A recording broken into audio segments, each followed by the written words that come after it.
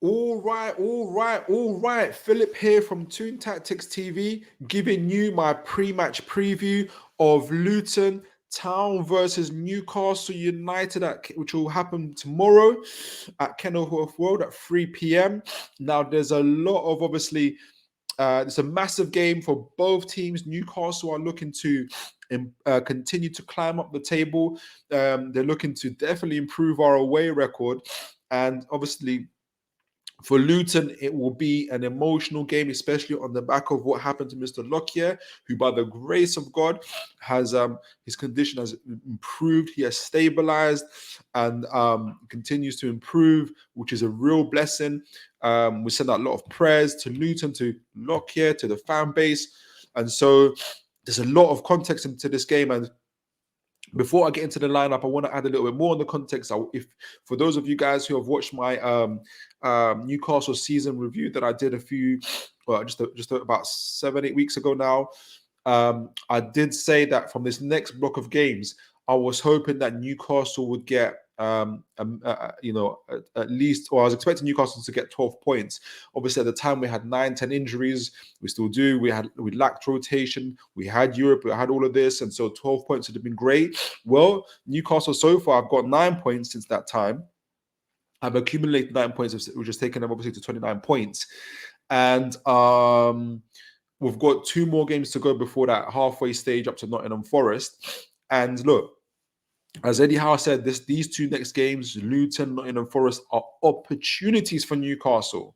Opportunities for Newcastle to get some wins, to get some points, to help us climb up the table. If we win Luton, if we win against Nottingham Forest, that will take us to 35 points in 19 games in the Premier League. That's very, very, very, very good for Newcastle United. If you take everything in consideration, it'll be fantastic. It shows that we've been able to compete on all fronts this season, and we've put in all, and this is what we've been achieving. It's incredible, and they'll take us to the transfer window. So, a lot going into this game. Let's look at the form table before we look at the lineup. So both teams, Luton have in the last 5 games have lost 4 of their last 5 games. I've lost, their last 5 games of 1 victory against Crystal Palace, and obviously have lost their last 3 games as well.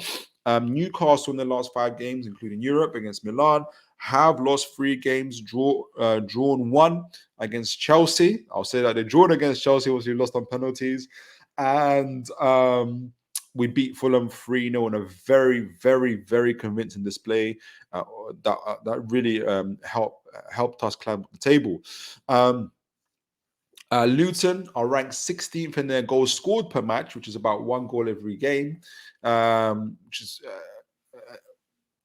is decent for a team that's just got promoted. However, they haven't kept a clean sheet in 20 matches. And when you see what Newcastle's goal scoring record is, you can see that will be a massive problem for Luton, that they are conceding so many goals. And obviously, Luton have lost the last 3 matches I've mentioned.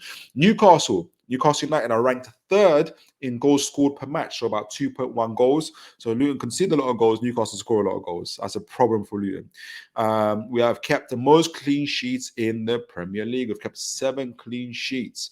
Again, despite the makeshift defense, despite constantly having to rotate players, and despite the injuries, Newcastle have been performing, have been excelling in some departments, and one of them has been defensive departments. Not in the away sense, but in terms of the away games, but in a more general sense, maybe at home games as well. So well done, 7 clean sheets.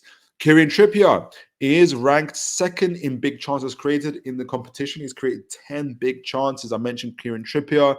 Obviously, a lot of news and a lot of talk about him on the back of 3. But if you count the penalty miss, 4 major errors that have led to goals. 3 of them, obviously, 2 of them at Everton, 1 of them at Chelsea, and obviously the missed penalty on the back of that. Now.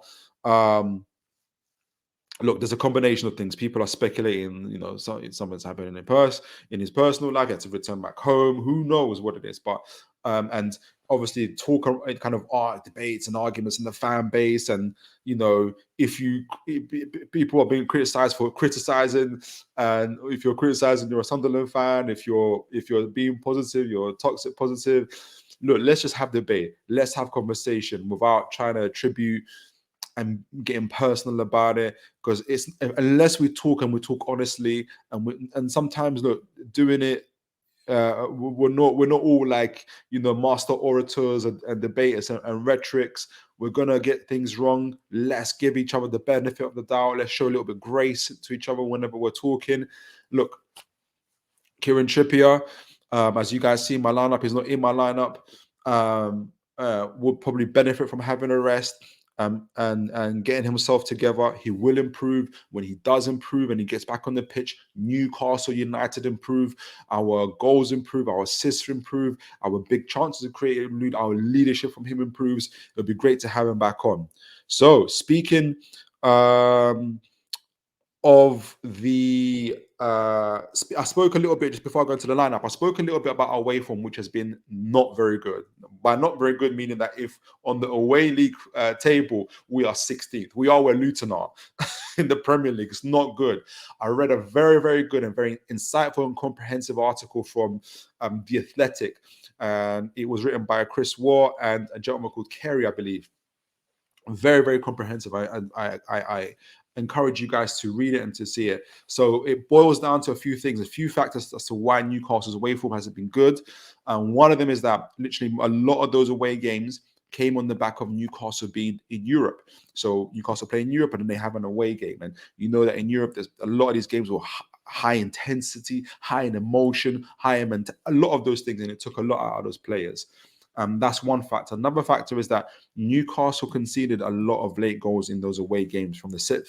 If they said that if football ended in the 75th minute, Newcastle would be like second or third in the league. However, football doesn't end in the 75th minute; it ends in 90 minutes, and Newcastle have found themselves conceding late goals, either drawing or losing those games. So that points to, again, fatigue, mental fatigue, physical fatigue, lack in confrontation. Another thing is, which is a factor, another factor is that we mentioned Newcastle's defense. Newcastle's defense and overall team, have had up to, 13, 14 injuries. We've constantly had, just the other game, we had Fabian Shearer, Joe Linton off.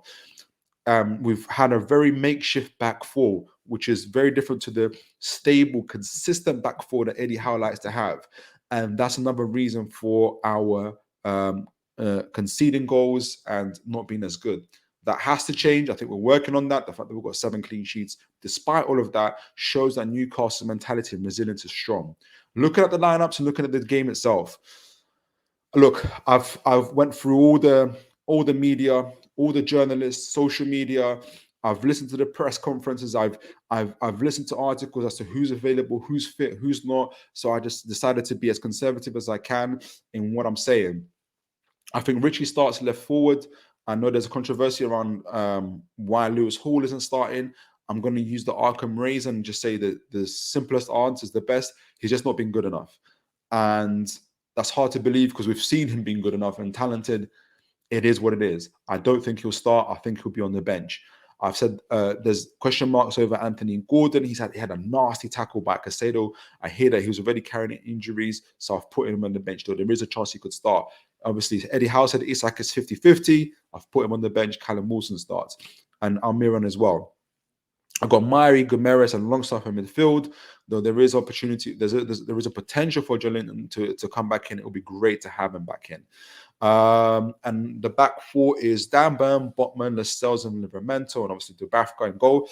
I think that's the back four that started the Chelsea game. Speaking of trying to keep a consistent back four, I think Eddie Howe goes with this consistent back four, and it'll be good to have them. So, look, I think as you can see from the stats, from the form table and everything, Newcastle will likely have the majority of the ball. Will continue to press. I think even to the point where our wingers might even invert. I think Luton's greatest weapon is their counter attack. They use it very well. They use it very well against Man City, Liverpool, and the other big teams. And so we have to be cautious against that. I think we'll handle that. I think Eddie Howe will be worried with that. People are very reserved, and we should be reserved about what outcome Newcastle will achieve from this game. I back Newcastle to win 3-0. Let me know what you guys think. Like, subscribe. Until next time, take care and God bless.